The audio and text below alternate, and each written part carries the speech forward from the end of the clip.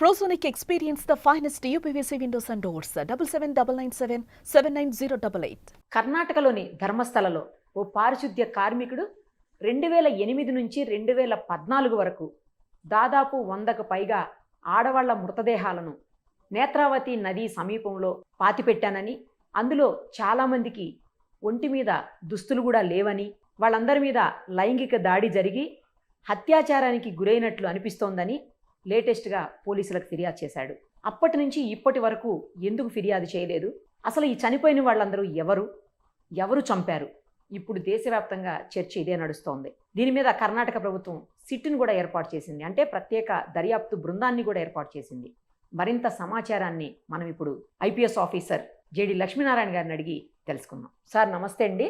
నమస్తే అమ్మా నిరుపమ్ గారు. సార్, ఏం జరిగి ఉండొచ్చు? దీంట్లో అసలు ఎప్పుడో జరిగిపోయింది కదా, కాబట్టి ఇప్పుడు అక్కడికి వెళ్ళి చూస్తే కొన్ని పుర్రెలు అవి కూడా బయటకు వచ్చాయని ఏదో చెప్తున్నారు. అసలు ఎలా కనుక్కోగలుగుతారు ఇలాంటి కేసెస్లో? ఎందుకంటే మీకు చాలా ఎక్స్పీరియన్స్ ఉన్నటువంటి ఐపీఎస్ ఆఫీసర్ మీరు, పైగా పొలిటికల్ ఇన్ఫ్లుయెన్స్లు కూడా ఉన్నాయి అని అంటున్నారు. మీరు ఇంకో పక్క పొలిటికల్ లీడర్ కూడా, కాబట్టి రెండు రకాలుగా చెప్పండి సార్. అసలు దీన్ని ఎలా తీసుకోవచ్చు, బయటికి ఎలా తీసుకుని వస్తారు? అంటే టెక్నికల్గా ఎవిడెన్స్లు ఏమి ప్రూవ్ చేయగలుగుతాయి? అసలు వాళ్ళు ఎవరో తెలిస్తే కదా ఫస్ట్ ఎవరు చంపారనేది తెలిసేది. తర్వాత అసలు ఎవరు చంపుండే అవకాశం ఉంటుంది, వాళ్ళు ఎవరు, మరి వాళ్ళు ఎంతమంది చనిపోయినప్పుడు మిస్సింగ్ కేసులు రిజిస్టర్ కాలేదా? అందులో అయితే 2003లో ఒక డాక్టర్ అనన్య అని, ఒక అమ్మాయి సౌజన్య అని ఇద్దరు మిస్ అయ్యారని, ఇప్పుడు వాళ్ళ పేరెంట్స్ కూడా ధర్మస్థలంలోనే మిస్ అయిపోయారట. సో వాళ్ళకి సంబంధించిన వాళ్ళు కూడా ఫ్యామిలీ మెంబర్స్ అంతా ఇప్పుడు ఫైట్ చేస్తున్నారు, మొత్తం డీటెయిల్డ్గా ఇన్వెస్టిగేషన్ జరగాలి అని చెప్పేసి. సో అసలు ఎలా దీన్ని బయటికి తీసుకొచ్చే అవకాశం ఉంటుంది సార్? ఇది చాలా సంచలనాత్మక కంప్లైంట్. ఇది యాక్చువల్ గా మీరు చూస్తే, మీరు ధర్మస్థల ట్రస్ట్ బోర్డు లో పనిచేస్తున్న ఒక శానిటేషన్ వర్కర్ ఈ విధంగా కంప్లైంట్ ఇవ్వడం అన్నది, ఎందుకంటే ధర్మస్థల అన్నది చాలా గొప్ప తీర్థక్షేత్రం. అవును సార్. మంగళూరు నుంచి ఒక 75 కిలోమీటర్లు ఉంటుంది. మంజునాథుడి యొక్క ప్రధానమైన కేంద్రం అది. పవిత్రమైన స్థలం. వందలు వేల మంది వస్తుంటారు. నేను కూడా అక్కడికి వెళ్ళాను, విజిట్ చేశాను కూడా. అక్కడ అందరికి భోజనాలు ఇవన్నీ కూడా వ్యవస్థ చాలా గొప్పగా ఉంటుంది. సో ఆ విధమైన ట్రస్ట్ అక్కడ ఉన్నది. చాలా సంవత్సరాల నుంచి యాక్టివిటీస్ జరుగుతున్నాయి. ఆ తర్వాత ఇతను 1998 నుంచి 2014 వరకు సుమారుగా 100కు పైగా మంది, వాళ్ళు స్కూల్ పిల్లలు ఉన్నారు, కాలేజ్ స్టూడెంట్స్ ఉన్నారు, మహిళలు ముఖ్యంగా అందరూ మహిళలే 100కు పైగా ఉన్నారు. కాబట్టి వీళ్లను డిస్పోజ్ చేయించడంలో నన్ను ఉపయోగించుకున్నారు. నేను చాలా బాడీస్ ను డిస్పోజ్ చేశాను, అంటే వాళ్ళని క్రిమేట్ చేశాను, లేకుంటే వాళ్ళను బరియల్ చేశాను. ఇవన్నీ కూడా అతను చెప్పాడు. అంటే నువ్వేమైనా చెబితే నీ మీద చర్యలు తీసుకుంటావు, నీకు కూడా అదే గతి పడుతుందని భయపెట్టినట్టు కూడా అతను మాట్లాడాడు. సో అతను వెళ్ళి ఈ నెల బిగినింగ్ లో ధర్మస్థల పోలీస్ స్టేషన్ లో కంప్లైంట్ ఇవ్వడం జరిగింది. ఆ తరువాత అక్కడ మహిళా స్టేట్ విమెన్ కమిషన్ వారు కూడా ఒక లెటర్ ఇవ్వడం జరిగింది ఈ కంప్లైంట్ తర్వాత ఆ వ్యక్తి తన యొక్క ఐడెంటిటీ బయట పడకుండా ఉండడానికి శరీరాన్నంతా కూడా కవర్ చేసుకున్నాడని కూడా వచ్చింది పేపర్లో. ఆ వ్యక్తి తర్వాత 2018లో మనకు witnesses protection, whistle blower protection act అని ఒకటి ఉంది. అంటే ఏమంటారంటే విజిల్ బ్లోయర్స్ అంటారు. అంటే సమాజంలో ఏదైనా జరుగుతుంటే దాన్ని బయటికి తీసుకొచ్చిన వాళ్లను, అంటే విజిల్ బ్లోయర్స్, వాళ్ళు విజిల్ వేశారు. అటువంటి వాళ్లకు సంరక్షణ లేకుంటే మరి అటువంటి వాళ్ళని ఎవరైనా ఇందులో ఇన్వాల్వ్ అయిన వాళ్ళు చంపేయచ్చు. అందువల్ల అతను నాకు విజిల్ బ్లోయర్స్ ప్రొటెక్షన్ యాక్ట్ 2018 కింద నాకు ప్రొటెక్షన్ ఇస్తే ఉంటుందని చెప్పేసి అతను కోర్టుకు కూడా వెళ్ళాడని తెలిసి. సో ఆ విధంగా తర్వాత విమెన్ కమిషన్ చైర్మన్ కూడా సీఎం కి లెటర్ రాయడము, తర్వాత చాలా మంది అడ్వకేట్స్ వీరందరూ కూడా వెళ్ళి ముఖ్యమంత్రిని కలవడం, ఆ తర్వాత ఒక స్పెషల్ ఇన్వెస్టిగేషన్ సిట్ ఒకటి ఏర్పాటు చేయండి. ప్రణబ్ కుమార్ మొహంతి అని డీజీపీ లెవెల్ ఆఫీసర్, మంచి స్ట్రేట్ ఫార్వర్డ్ ఆఫీసర్. ఇంతకు ముందు లోకాయుక్తలో కూడా పనిచేశారు. మేము ఇక్కడ ఓబులాపురం మైన్స్ అవి చేసేటప్పుడు అతను ఉండేవారు, వారితో కూడా కలిసేవాళ్ళం. కాబట్టి ఒక స్ట్రేట్ ఫార్వర్డ్ ఆఫీసర్, మంచి ఆఫీసర్, అతని యొక్క ఆధ్వర్యంలో ఈ సిట్ అన్నది ఏర్పాటు చేయడం జరిగింది. సో ఇందులో మీరు చూసుకుంటే, మీరు అన్నట్టు అనన్య భట్ అనే ఒక అమ్మాయి, ఆ అమ్మాయి కూడా 2003వ సంవత్సరంలో వాళ్ళ కాలేజీ వాళ్ళతో పాటు టూర్ కు వెళ్ళిన తర్వాత మిస్సింగ్ అయింది అన్నది ఒక ఇన్ఫర్మేషన్. వాళ్ళ అమ్మ సుజాత అని, ఆవిడ బెంగళూరులో ఉంటారు. నేను పేపర్ లో చూసింది ఏంటంటే ఆవిడ సిబిఐలో స్టెనోగా పనిచేసింది. అది కూడా ఇక్కడ చదివాను నేను పేపర్ లో.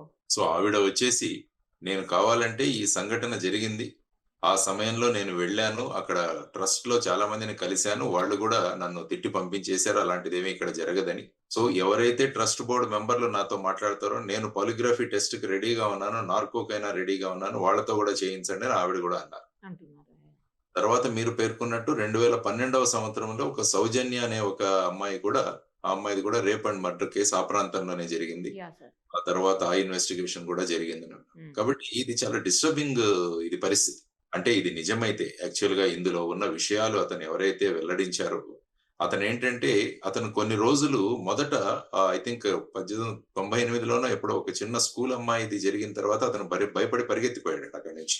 చాలా సంవత్సరాల తర్వాత మళ్ళా అతను వెనక్కి వచ్చి ఇంకా అక్కడ ఆగిపోయి ఉంటుందిలే అనుకుని వెళితే మళ్ళా కూడా కంటిన్యూ చేశారట ఆ పనులు. సో, ఆ వ్యక్తి ఈ మధ్యలో ఈ గ్యాప్ వచ్చింది. ఆ తర్వాత నన్ను ఈ విధంగా ఈ పనులు చేయించారని ఇవన్నీ కూడా న్యూస్ పేపర్‌లో ఉన్న అంశాలు ఇవన్నీ కూడా మనం చూస్తున్నాం. మీడియాలో వస్తున్న అంశాలు. వాటిల్లో ఎంతవరకు తథ్యం ఉందో మనకు తెలియదు గానీ, కాబట్టి ఈ జరిగిన సంఘటన నుంచి నిజానిజాలు బయటపడాలి. హ్మ్. తర్వాత ఇప్పటి వరకు జరిగిన ఈ డిసపియర్ అయిన వాళ్ళు, అదృశ్యమైన వాళ్ళ మీద ఏమైనా మిస్సింగ్ కేసులు రిజిస్టర్ అయ్యాయా? హ్మ్. మీరన్నట్టు తర్వాత ఇతని ద్వారా ఆ వ్యక్తులను ఏ స్థలంలో వాళ్ళను క్రిమేట్ చేశారు, లేకుంటే బరీ చేశారు, పూడ్చిపెట్టారు. ఆ స్థలంలోకి మళ్ళా ఆ బాడీ‌లని ఎక్స్‌హ్యూమ్ చేయాల్సుంటది. ఇప్పుడు ఉంటాయా సార్? ఉంటాయి. అంటే ఎముకలవి దొరుకుతాయి గదా! ఎక్స్‌హుమేషన్ ప్రాసెస్ అని ఉంటది. దానికి మళ్ళా లోకల్ ఎగ్జిక్యూటివ్ మెజిస్ట్రేట్ అంటే మన తహసీల్దార్ ఎవరైతే ఉంటారో వారి ఆదేశాల ద్వారా దాన్ని ఎక్స్‌హ్యూమ్ చేయొచ్చు మళ్ళా. చేసి వాటిని మళ్ళా అనాలిసిస్ చేసి తర్వాత వాట్లని టెస్ట్ చేసి వాటిలో ఏజ్ ఆఫ్ ది బోన్స్ ఏంటి ఇవన్నీ గూడా కనిపెట్టాలి అవన్నీ గూడా. కాబట్టి ఇదొక లాంగ్ డ్రాన్ ప్రాసెస్ ఇది. ప్రక్రియ ఇది. హ్మ్. అయినా కూడా ఈ విధంగా నిజంగా జరిగి ఉంటే మటుకు చాలా నిందనీయం. చాలా సార్ అసలు. దీనిలో ఇన్వాల్వ్ అయిన వ్యక్తులు ఎవరైతే ఉన్నారో వాళ్ళందరినీ కూడా బయటికి తీసుకురావాలి. అంటే ఆ ప్రదేశం యొక్క పవిత్రత పవిత్రతని. కూడా ఇది చాలా భంగం కలిగించే విషయం. అవును సార్. ఒకవేళ అలా కూడా ఏమన్నా ఆలోచించొచ్చా సార్ మనం? అంటే పవిత్రతని భంగం కలిగించడం కోసం ఏమన్నా ఇలాంటిది ఆపాదించారా? ఇది నిజం కాదా? అది కూడా అందుకనే అది. ఎస్ఐటీలో అన్ని విషయాలు అంటే ఇతను చెప్పిందే మనం ట్రూత్ అనుకోవట్లేదు. అసలు ఇందులో తథ్యం ఉందా లేదా అన్నది కూడా చూడాల్సిన అవకాశం ఉంది. సో ఆ తర్వాత ఎస్ఐటీ అన్నది ఇటువంటి కేసెస్ మిస్సింగ్ కేసెస్ అన్ని కూడా మళ్ళా ట్రేస్ చేస్తారు. ఓహో! ఓకే. తర్వాత ఈ వచ్చిన వాళ్ళు ఎక్కడ దిగారు, అక్కడ ఉన్న రూమ్స్ లో ఎక్కడైనా దిగారు, ఇదంతా ఇన్వెస్టిగేషన్ ప్రాసెస్. తర్వాత వాళ్ళ తల్లిదండ్రులను కాంటాక్ట్ చేయడము, వాళ్ళే ప్రయత్నాలు చేశారు. ఓకే. ఇవన్నీ కూడా ఈ ప్రక్రియ మొదలవుతుంది. సో, ఈ విధంగా జరగడము ఆ వ్యక్తి కూడా చాలా ధైర్యంగా అన్ని చోట్లకు వెళ్లి అతను చెప్తున్నాడు విజిల్ బ్లోయర్ అని. అవును సార్. చెప్తున్నాడు. యాక్చువల్‌గా మీరేంటంటే చట్టంలో చూసుకుంటే ఇంతకుముందు సెక్షన్ 39 ఉండేది సీఆర్‌పీసీలో. ఇప్పుడు దాన్ని సెక్షన్ 33 అంట. బిఎన్ఎస్ఎస్ఎస్ భారతీయ నాగరిక సురక్షా సంహితలో. అంటే ఒక వ్యక్తికి కొన్ని విషయాలు గనక తెలిస్తే ఆ వ్యక్తి దాని గురించి సంబంధిత పోలీస్ స్టేషన్ గాని, మెజిస్ట్రేట్ గాని చెప్పాల్సిన బాధ్యత ఉంది. అంటే ముఖ్యంగా సీరియస్ కేసెస్, చీటింగ్‌లు ఇలాంటివన్నీ ఉంటాయి కదా! ఇవన్నీ కూడా తెలిసి మనం ఊరుకోకూడదు. హ్మ్. అవి చెప్పాలి. రేపు ఇన్వెస్టిగేషన్‌లో బయటపడితే అవి తెలిసి గూడా చెప్పకపోవడానికి కారణాలు గూడా వాళ్ళు సంజాయిషీ ఇచ్చుకోవాలి. సో, ఇది గూడా ఇప్పుడు లేటెస్ట్ సెక్షన్ 33లో ఉంది. ఇంతకుముందు 39 సీఆర్‌పీసీలో ఉండేది. హ్మ్. కాబట్టి ప్రజలు గూడా ఇటువంటివి ఏవైనా సీరియస్ అందులో ఉన్న సెక్షన్స్ ఏవైతే ఉన్నాయో వాటి గురించి తెలిస్తే వాటిని ఎందుకంటే ఒక క్రైమ్‌ని బయటికి తీసుకురావాలి. కాబట్టి ఇందులో జరిగిన విషయాలు చూస్తే చాలా గగురు పొడిచేటట్టు ఉన్నాయి అమ్మో! అసలు. అవును సార్. భయమేస్తుందసలు. భయమేస్తుంది. చిన్న చిన్న పిల్లల్ని చిన్న తర్వాత పిల్లలు గూడా ఉన్నారు. స్కూల్ పిల్లలు గూడా ఉన్నారంటున్నారు. స్కూలు పిల్లలు వాళ్ళని న్యూస్ పేపర్‌లో చుట్టి వాళ్ళను డిస్పోజ్ చేయడము ఇవన్నీ గూడా తలుచుకుంటేనే చాలా ఇదుండేది. సో, ఆ విధంగా నిటారీ కిల్లింగ్స్ అని ఒకటి జరిగేవి అక్కడ పంజాబ్ అనుకుంటాను ఒకతను. ఓకే. ఈ విధంగా చేసి అతను వాళ్ళ బాడీ పార్ట్స్ కట్ జేసి దీంట్లో పెట్టి ఆ రక్తం తాగేవాడట. నిటారీ బాబోయ్! కిల్లింగ్స్ అని చాలా దారుణమైన కేసు.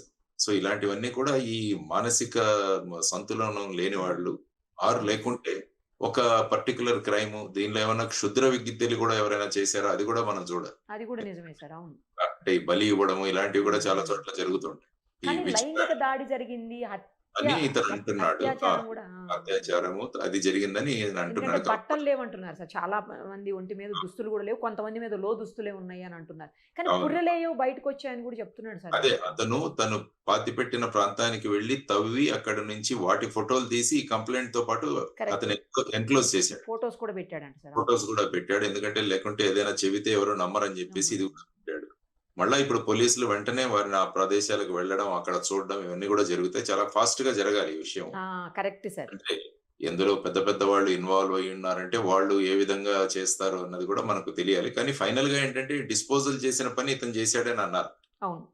ఆ బాడీని తెచ్చి ఇతనికిస్తే ఈ బాడీని నువ్వు డిస్పోజ్ చేయడం, కాల్ చేయడం గానీ, లేకుంటే పూడ్చి చేయడం గానీ అదంతా వీరు చేసేవాళ్ళు. ఉమ్. ఇంకా ఇతనితో పాటు ఎవరెవరు ఉన్నారు ఇవన్నీ కూడా బయటికి రావాల్సిన అంశం. ఒక్కడితో కూడా అవ్వదు కదా సార్. అవ్వదు. కాల్చాలన్నా పూడ్చాలన్నా ఒక్కడు కూడా చేయలేడు కదా. అవ్వదు. కాబట్టి ఇతనితో పాటు ఎవరున్నారు, వాళ్ళ వర్షన్ ఏంటి, అసలు ఎవరు చెబితే చేశాడు.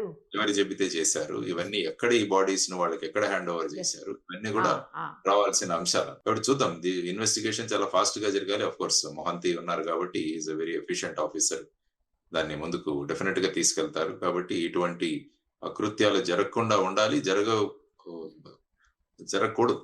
కానీ ఇది జరిగింటే మటుకు చాలా నిందనీయమైన విషయం. దాని గురించి చర్యలు త్వరగా తీసుకోవాలి. ఒక స్పెషల్ కోర్టును కూడా ఏర్పాటు చేయాలి. ఇటువంటి వాటి త్వరగా ఇది జరిగితే నిందితులకు శిక్ష పడి వాళ్ళు నేరస్తులుగా జైలు శిక్ష అనుభవించాలి. లేకుంటే what ever may be the punishment. అవును సార్. కానీ 98 నుంచి 2014 వరకు అంటే ఆల్మోస్ట్ 16-17 ఇయర్స్ టైం ఉంది సార్.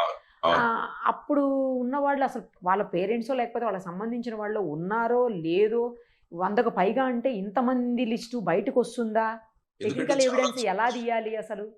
చాలా చోట ఏంటంటే మిస్సింగ్ కంప్లైంట్ చాలా చోట వాళ్ళ ప్లేస్ ఆఫ్ ఆరిజిన్ లో రిజిస్టర్ చేశారు. ధర్మస్థలంలో వాళ్ళు రిజిస్టర్ చేసి ఉండకపోవచ్చు అని నేను అనుకుంటున్నాను. నాకు కూడా అదే డౌట్ ఉంది సార్. ఫర్ ఎగ్జాంపుల్ బెంగళూరులో ఈ అమ్మాయి ఉన్నది, అనన్య అన్నది, వాళ్ళ అమ్మగారు సుజాత గారు, వాళ్ళు బెంగళూరు పోలీస్ స్టేషన్ లో మిస్సింగ్ ఇచ్చిండొచ్చు. అవును, కరెక్ట్. సాధారణంగా పోలీస్ ఎలా ఉంటదంటే వెళ్ళి ఇస్తే మీరు ఎక్కడి నుంచి బయలుదేరారంటారు, అంటే బెంగళూరు అంటే మీరు అక్కడ ఇవ్వండి అంటారు. ఫర్ ఎగ్జాంపుల్ ఇప్పుడు రైల్లో ఎక్కడైనా మనం ఎప్పుడో రాత్రి నిద్రలేసిన తర్వాత మనం చూస్తే మన బ్యాగ్ ఉండదు. సో మీరు ఎక్కడ ఎక్కారడిగి అక్కడ కంప్లైంట్ చేయండి అని అంటుంటారు. కాబట్టి ఈ మిస్సింగ్ కేసులన్నీ కూడా మొత్తం కర్ణాటకలోనే 1998 నుంచి 2014 మధ్యలో అన్న విమెన్ మిస్సింగ్, గర్ల్ మిస్సింగ్, ఈ కేసులన్నింటినీ కూడా బయటికి తీయాలి. ఉంటుంది, డేటా ఉంటుంది. ఆ డేటాని తీసి మళ్ళీ వాళ్ళందరినీ కాంటాక్ట్ చేసి, ఇప్పుడు యాక్చువల్ గా ఈ కేసు రిజిస్టర్ అయిన తెలవగానే పేపర్ లో వచ్చిన దానివల్ల చాలా మంది కాంటాక్ట్ అవుతారు. ఎస్ఐటి వస్తారు, వాళ్ళ ఫోన్ నంబర్స్ ఇస్తారు. దాని వల్ల వాళ్ళు కాంటాక్ట్ అవుతే అది ఇంకా సులభతరం అవుతుంది, ఎందుకంటే పబ్లిక్ కోఆపరేషన్ నుంచి తీసుకురావాలని. ఇంకొకటి కూడా కదా సార్, ఇప్పుడు వీళ్ళందరినీ ధర్మస్థలలోనే చేశారా లేకపోతే వేరే ఎక్కడన్నా చేసి ఇక్కడికి తీసుకొచ్చారా? అది కూడా, ఇదంతా కూడా పార్ట్ ఆఫ్ ది ఇన్వెస్టిగేషన్. మనకు ఏమవుతుంది, ఫైనల్ గా డిస్పోజల్ అన్నది ఇక్కడ నుంచే జరిగిందని ఆ వ్యక్తి చెబుతున్నాడు. సో డిస్పోజల్ ఇక్కడ నుంచే జరిగింది కాబట్టి ఫైనల్ గా ఆ బాడీస్ ఏవైతే ఉన్నాయో అవి ఇక్కడ నుంచే డిస్పోజల్ చేయడానికి ఇవ్వడం జరిగిందని అతని వర్షన్. సో దాని వల్ల ఆ తర్వాత ఇన్వెస్టిగేషన్ కొనసాగుతుంది అనమాట. ఇప్పుడు ఏంటంటే డెడ్ బాడీ నుంచి రివర్స్ లో ఇన్వెస్టిగేషన్ మొదలవుతుంది. అంటే ఎక్కడ పూడ్చిపెట్టిన ప్లేస్, ఆ తర్వాత టెస్ట్లు, ఆ తర్వాత మిస్సింగ్, ఇవన్నీ కూడా. సార్ అక్కడి నుంచి ఏదో ఒక పార్ట్ దొరికింది అనుకుందాం, పురెనో లేకపోతే బోన్స్ సంథింగ్ ఏదో దొరికింది అనుకోండి, స్కల్లో ఏదో దొరికింది అనుకుందాం. ఆ దొరికిన తర్వాత వాటిని FSL కి పంపించి ఏజ్ ఎంత, అంటే ఎప్పుడు చనిపోయి ఉండొచ్చు, ఏ కారణంతో చనిపోయి ఉండొచ్చు అని అది తీస్తారా సార్? అది వస్తుందా? ఆసిఫికేషన్ టెస్ట్ అని ఉంటుంది. అందులో ఆసిఫికేషన్ టెస్ట్ లో ఏమవుతుందంటే జనరల్ గా ఏజ్ తెలుస్తుంది. అంటే బోన్ యొక్క పరిస్థితిని బట్టి ఏజ్ జనరల్ గా నిర్ణయిస్తారు. కొంచెం అటు ఇటుగా చెప్తారు. ఈవెన్ ఎందుకంటే మైనరా మేజరా అన్నది కూడా ఒక్కోసారి నిర్ణయించడానికి ఆసిఫికేషన్ టెస్ట్ వాడుతుంటారు కోర్టులో.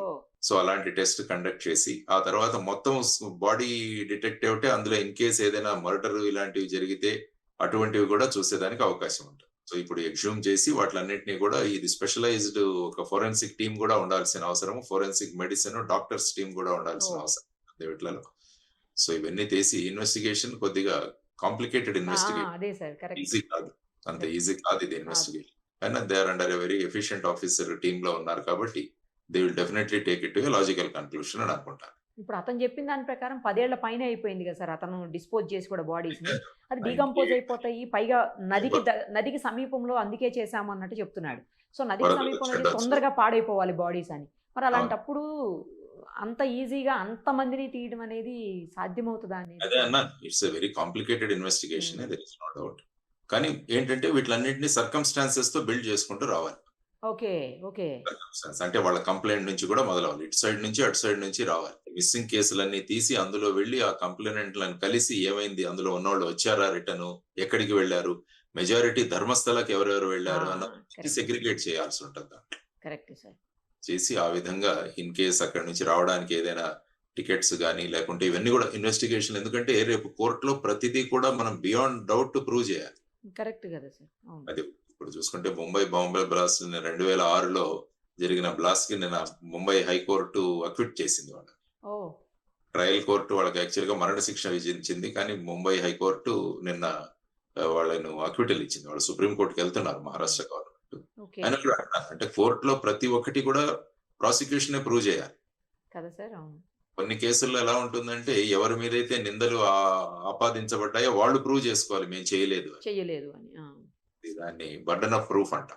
ఓ కానీ క్రిమినల్ కేసెస్ లో బర్డన్ ఆఫ్ ప్రూఫ్ ప్రాసిక్యూషన్ మీద ఉంటుంది, అంటే గవర్నమెంట్ మీద ఉంటుంది ప్రూవ్ చేయడానికి. సో అది చూడాలి ఈ ఇన్వెస్టిగేషన్.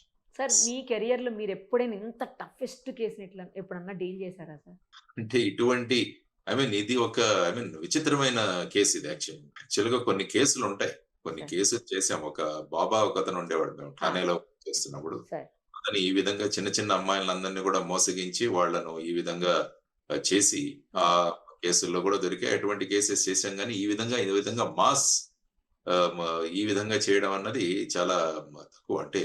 అంటే ఇదని కాదు, మీ దాంట్లో మీ కెరియర్ లో టఫెస్ట్ అడుగు ఉంటాయమ్మా, ఇలాంటివి ఉంటాయి. జనరల్ గా ఏంటంటే చాలా మంది బాంబేలో ముఖ్యంగా ఏంటంటే అక్కడ సముద్రాల్లో బాడీస్ దొరుకుతుంటాయి. సో అదొకటి పెద్ద విషయం. దాన్ని పట్టుకొని మళ్ళా వాళ్ళ ఆరిజిన్ తీసుకొని అదంతా అదే ప్రతిసారి మిస్సింగ్ కేసులు ఇవి ముఖ్యంగా వెరిఫై చేసేవాళ్ళం.